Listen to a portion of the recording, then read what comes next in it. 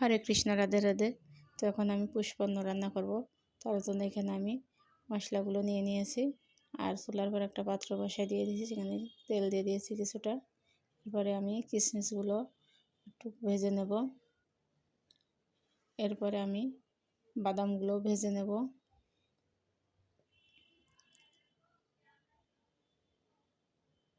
আর ওদিকে আমি পোলাও চালটা আগের থেকেই ভিজিয়ে রেখেছি। এরপর আমি আদা কুচি, তেজপাতা আর গোটা গরম মশলা দিয়ে দিয়েছি। এবার জল ঝরানো চালগুলো দিয়ে আমি একটু ভালো করে ভেজে নেব। ভাজা হয়ে গেলে আমি পরিমাণ মতো জল দিয়ে দেব।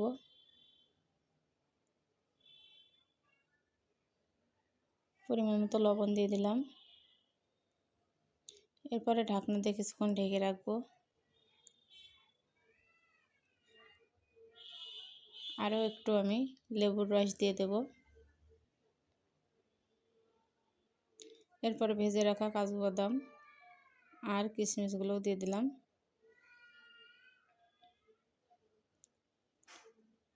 এরপরে মিশিয়ে নিলাম ভালো করে। এবার ঢাকনাতে কিছুক্ষণ আরও ঢেকে রাখবো। তো আমরা পেঁয়াজ রসুন ছাড়াই পুষ্পান্ন রান্না করে ফেললাম। কে কে এভাবে রান্না করেন অবশ্যই কমেন্টে জানাবেন। সব শেষে আমি কাঁচামরিচটাও দিয়ে দিলাম। আমার